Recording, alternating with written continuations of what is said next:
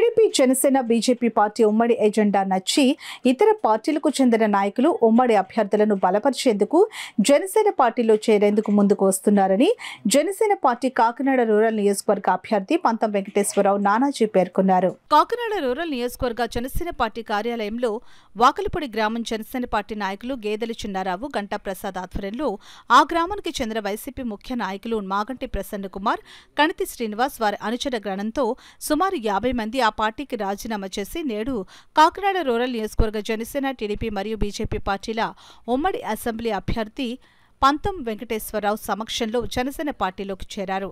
వారందరికీ నానాజీ జనసేన పార్టీ కండువాలు వేసి పార్టీలోకి సాదరంగా ఆహ్వానించారు. ఇవాళ కరెంటు, మైన్స్ దోపిడీ, ఇసుక దోపిడీ, గ్రావెల్ దోపిడీ, రేట్లు, మౌలిక సదుపాయాలు ఇవన్నీ కూడా మీరు ప్రజల్లోకి వెళ్ళి చెప్పాలి. జాయిన్ అయిన తర్వాత జై జనసేన, జై పవన్ కళ్యాణ్ అనే ఒక నినాదం సరిపోదు. ఏం జరుగుతుందన్నది, ఇవాళ రాష్ట్రంలో ఏం జరుగుతుందన్నది కొంచెం విద్యావంతులైనటువంటి మీలాంటి వాళ్ళు దాని మీద స్లమ్స్లోకి వెళ్ళి కొంచెం చెప్పాలా. రోజుకి 2 గంటలు స్పేర్ చేయమని అడుగుతూ ఉన్నాను మిమ్మల్ని. మీరు జాయిన్ అయిన తర్వాత ఒకే 2 గంటలు మనం సర్వేలు చేసుకుంటూ ఉంటే మనకు తెలిసిందంటే గ్రామీణ వాతావరణాల్లో 2 పార్టీలు నువ్వా నేనా అన్నట్టున్నాయి. కొన్ని చోట్ల మనకు ఎక్కువ మెజార్టీ కనపడుతూ ఉంది. పట్టణ ప్రాంతాల వచ్చేలోకి 1,30,000 ఓటు ఉన్నటువంటి పట్టణ ప్రాంతాల వచ్చేలోకి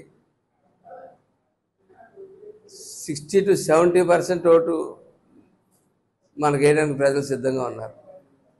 కానీ వాళ్ళు ఓటింగ్కి రావట్లా సరిగ్గా. అక్కడ వచ్చిన పర్సంటేజ్ ఆఫ్ ఓటింగ్, ఇక్కడ పర్సంటేజ్ ఆఫ్ ఓటింగ్ ఓటింగ్ బూత్కి వెళ్ళట్లా. సో అదేవిధంగా మన పార్టీ వస్తే ఏం చేస్తుంది, అందుకనేసే కదా మనం ఉమ్మడిగా కొన్ని సీట్లు కూడా తగ్గించుకొని పోటీ చేస్తున్నాం. పవన్ కళ్యాణ్ గారే చేయాలంటే చేస్తుంటారు.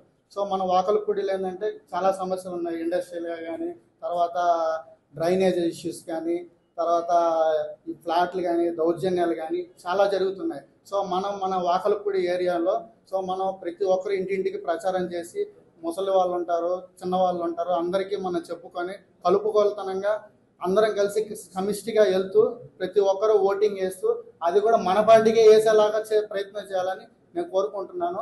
సో సార్ని మాత్రం బంపర్ మెజారిటీతో గెలిపించాలని కోరుకుంటున్నాను. పోయినసారి సార్కి 40,000 ఓటు వచ్చింది.